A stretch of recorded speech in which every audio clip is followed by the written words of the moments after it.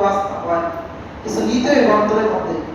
আল্লাহ তাআলা বলে যখনই গুনাহ হয়ে যাবে তোমরা বারবার করো আস্তাগফিরুল্লাহ আস্তাগফিরুল্লাহ, হাঁটতেছো আস্তাগফিরুল্লাহ, বসে আছো সময় আছে আস্তাগফিরুল্লাহ, জমিনে কাজ করতেছো বেহুদা কথা বলার সময় দরকার কি আস্তাগফিরুল্লাহ আস্তাগফিরুল্লাহ, এতটুকু বলো, তাহলে তো আল্লাহ তাআলা তোমার গুনাহগুলোকে মাফ করে দেবে। সুবহানাল্লাহ। এই জন্য আল্লাহ তাআলার কাছে তওবা করতে হবে। কার কখন মৃত্যু হয়ে যায়, গত সপ্তাহ বলছিলাম না, কার কখন মৃত্যু হয়ে যায় কেউ বলতে পারে না, কিন্তু সবাই মৃত্যু হবে, সবাই লাশের প্যাকেট হইতে হবে। এই জন্য মৃত্যুর আগে আল্লাহ তাআলার কাছে তওবা করতে হবে। আপনাদেরকে কিতাবের একটা ঘটনা শোনাইতেছে। আল্লাহর এক বান্দা, আল্লাহর একজন প্রিয় সাহাবী, নবীজির একজন প্রিয় সাহাবী, নাম হলো দাহিয়াতুল কলবি। দেখেন কেমন গুনাহ করার পর আল্লাহ তাআলা ক্ষমা করে দেয়, কেমন রহমান গফফার আমরা পাইছি।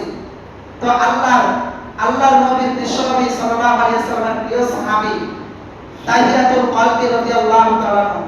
তো দাহিয়াতুল কলবি রাদিয়াল্লাহু তাআলা আনহা গেলেন পয়গম্বরের কাছে, গিয়া বলতেছে, ও মায়ের নবী আমার, আমি তো আপনার কাছে কালিমা গ্রহণ করেছি, কিন্তু আমার ভিতরে তো একটা অসংসার হয়ে গেছে, আমি তো একটা গুনাহ করে ফেলেছি, আমার এখনো অন্তরটা জানাজানা করতেছে, আমার গুনাহকে আল্লাহ ক্ষমা করবে। বলে দাহিয়া, বলো তুমি কি গুনাহ করেছো?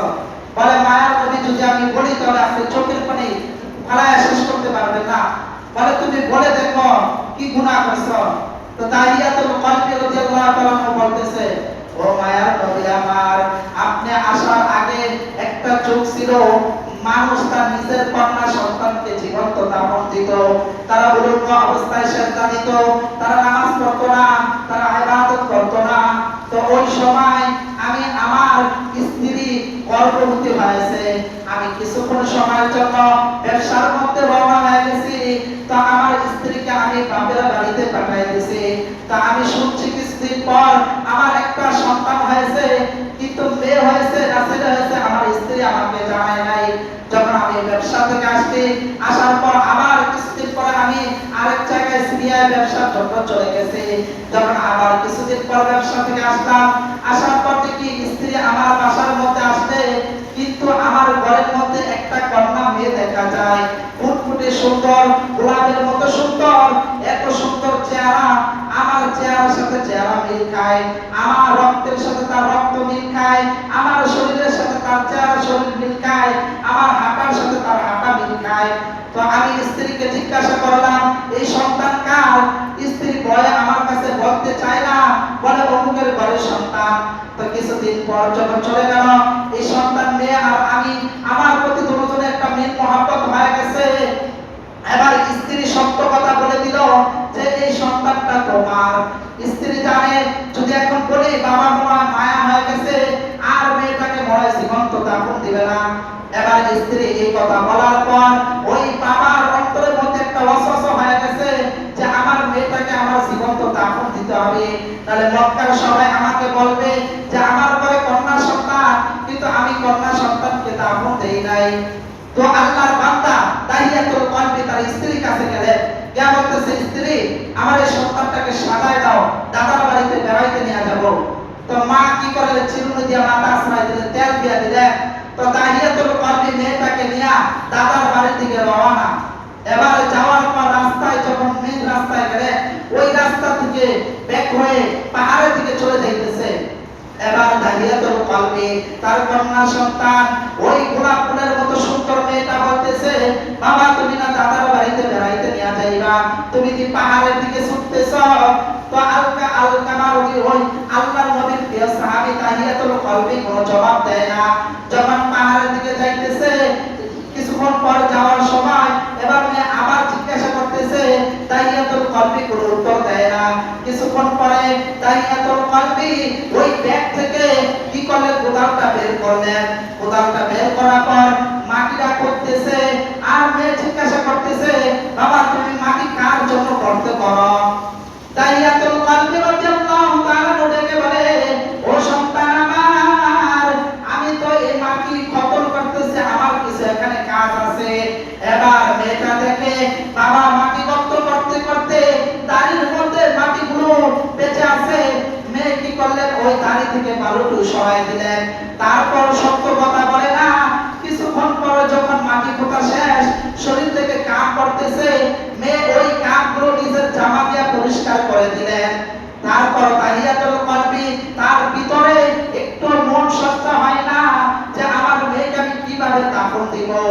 যখন মাটি খোঁড়া শেষ, মেয়েকে ডেকে বলে, ও মা আমার একটু তাকায় দেখো তো কবরটা কি সুন্দর হয়েছে।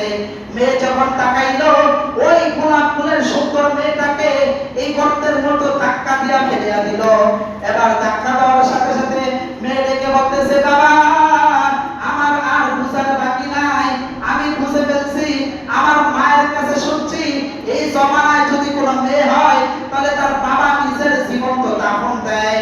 ও বাবা আমার কি দোষ, রব তো আমাকে তোমার মাধ্যমে পাঠাইছে। ও বাবা তুমি আমাকে ছেড়ে দাও, আজকে থেকে আমি ওয়াদা করতেছি যদি মক্কার মধ্যে তোমার কোনো শরম হয় তাহলে আমি এই মক্কা ছেড়ে চলে যাব, কোনোদিন আর তোমাকে বাবা বলে ডাকবো না। এবার তাহিয়াতুল কলবি পয়গম্বরকে ডেকে বলে, ও মায়ার নবী আমার, তারপর আমার মনটা একটু শান্ত হয় না। তারপরে আমি কি করলাম, আমার কাছে থেকে একটা পাথর, ওই পাথর দিয়ে আমি আমার মেয়ের কলিজার মধ্যে একটা জোরে আঘাত দিলাম। ওই আঘাতের দ্বারায় আমার মেয়ের শরীর থেকে রক্তগুলো আমার শরীরের মধ্যে ছিটে আসছে।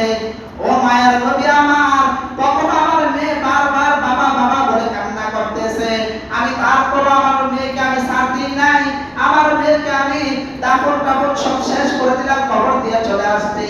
ও মায়ার নবী আমার, এখন কি আমার আল্লাহ তাআলা আমার এই গুনাহ ক্ষমা করবে কিনা? এবার মায়ার নবী কথা শোনার পর সাথে সাথে চোখ দিয়ে পানি বের হয়ে গেছে, দাড়ি মোবারকগুলো ভিজে গেছে। আর ডেকে বলে, ও পাষাণ বাবা, তুমি কিভাবে একটা পাষাণ বাবা হইতে পারলা? নিজের কন্যা সন্তানকে তুমি জীবন্ত দাফন দিলা। এবার মায়ার নবী ডেকে বলে, ও তাহিয়াতুল কলবি, তুমি কি গুনাহ করছো?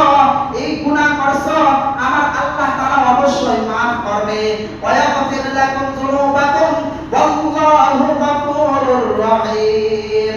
এবার তাহিয়াতুল কলবি রাদিয়াল্লাহু তাআলা ডেকে বলে, ওই মায়ার নবী আমার, শুধু তাই নয়, আজ পর্যন্ত আমি দাফন দেওয়ার পর থেকে আমি যখন খানা খাইতে বসি আমার মেয়ে কবর থেকে আমাকে ডাকতে থাকে, ও বাবা তুমি কাশতে কি করলা?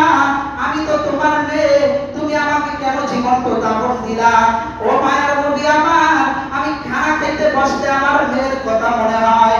যখন আমি বিছানায় শুইতে যাই আমার মেয়ে যখন কবর থেকে আমাকে ডাকতেছে, ও বাবা আমাকে বাঁচাও, আমাকে বাঁচাও, আমাকে বাঁচাও, আমাকে ছেড়ে দাও, আমাকে ছেড়ে দাও। ও মায়ের নবী আমার, আমি এই গুনাহ করছি, আমার গুনাহ ক্ষমা করবে কিনা? আল্লাহর নবী পয়গম্বর বলে, ও তাহিয়াতুল কলবি, তুমি গুনাহ করছো ঠিক আছে, কিন্তু আমার আল্লাহ তাআলা রহমানের কাছে এই গুনাহ কিচ্ছুই না। আল্লাহ তাআলা জানায় দেয়, কুল ইয়া ইবাদিয়াল্লাযিনা আসরাফু আলা আনফুসিহিম লা তাকনাতু মির রাহমাতিল্লাহ। ও কাছারির মুসলমান ভালো করে শুনে নাও, তুমি যদি পাহাড় পরিমাণ সমান গুনাহ করে ফেলো, তুমি গুনাহ করতে করতে জুলুম করে ফেলেছো অন্তরকে, আল্লাহ তাআলা ডেকে ডেকে বলে, নৈরাশ হয় না, নৈরাশ হয় না, আমি আল্লাহ তো এমন এক গফফার, আমি আল্লাহ তো এমন এক রহমান। হে বান্দা আমার কাছে ফিরে আসো, জীবনে কি অন্যায় করেছো, জীবনে কয়েকটা নামাজ ছেড়ে দিয়েছো, এখনো কবরের চিন্তা করি না, আমি আল্লাহর কাছে ফিরে আসো, আমি আল্লাহ তোমার জীবনের সমস্ত গুনাহ মাফ করে দেব। সুবহানাল্লাহ। তো তাহিয়াতুল কলবিকে পয়গম্বর বলতেছে, তাহিয়াতুল কলবি, তুমি যেহেতু কালিমা গ্রহণ করেছো, আল্লাহ তাআলা অবশ্যই তোমার গুনাহ ক্ষমা করে দিবে, তোমার পিছনের সমস্ত গুনাহ মাফ করে দিবে। তাহলে আমার এই ঘটনা দ্বারা বুঝতে পারলেন কি, যে তাহিয়াতুল কলবি এত পাষাণ বাবা তার নিজের কন্যা মেয়েকে জীবন্ত দাফন দিছে, সেই গুনাহ যদি আল্লাহ তাআলা ক্ষমা করতে পারে তাহলে আমার আপনার গুনাহ আল্লাহ ক্ষমা করবে। এবার আপনাদের কাছে আমার প্রশ্ন, সেই আল্লাহ এখনো আছে কিনা? জোরে আওয়াজ দিয়ে বলে, সেই আল্লাহ এখনো আছে কিনা? আছে।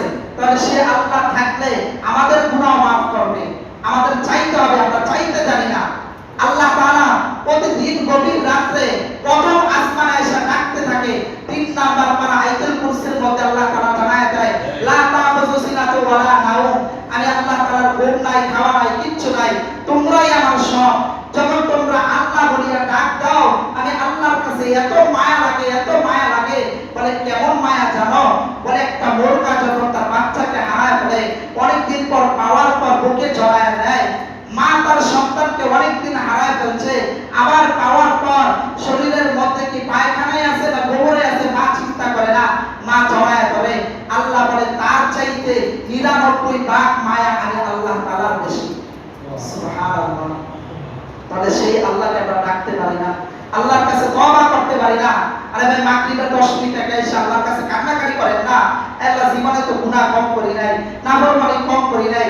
এই শরীরের বডির মধ্যে তাকায় দেখে, আয় আল্লাহ 60 বছর হয়ে গেছে গুনাহ করতে করতে অন্তরটা ঝারঝার হয়ে গেছে।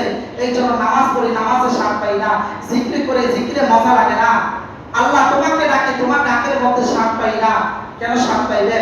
গুনাহ করতে করতে আমার আপনার কলব নাপাক হয়ে গেছে।